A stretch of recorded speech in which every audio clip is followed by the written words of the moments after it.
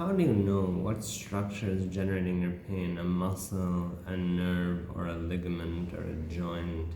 Now, that's a very common question. It takes an actual doctor or a clinician to understand those kinds of things. But in general, muscle pain gets worse by using the muscle. A myofascial pain may or may not get worse depending if the myofascial trigger point is active or not. The trigger points can be an active, red hot, irritated state, so you move the muscle and everything starts to hurt. It could be an inactive state where it's not working and it's making everything else around it work. So you may not find pain at that time when you press. Pain from ligaments typically comes from deforming the ligament, but it's not always a consistent feature. Pain from tendons is often worse on stretching the tendon.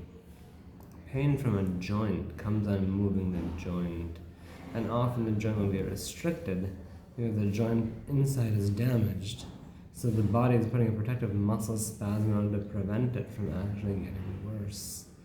This is roughly how we look at these kinds of things in a clinical setting to make a decision on what's generating pain and how to move forward with treatment. Reality is, if one structure is damaged, others will start to compensate for it. So you rarely find isolated muscle damage alone without myofascial trigger points, ligament changes, or joint problems. They all occur together, which is why treating myofascial pain can be very tricky. It's not a simple thing of injecting trigger points and being done.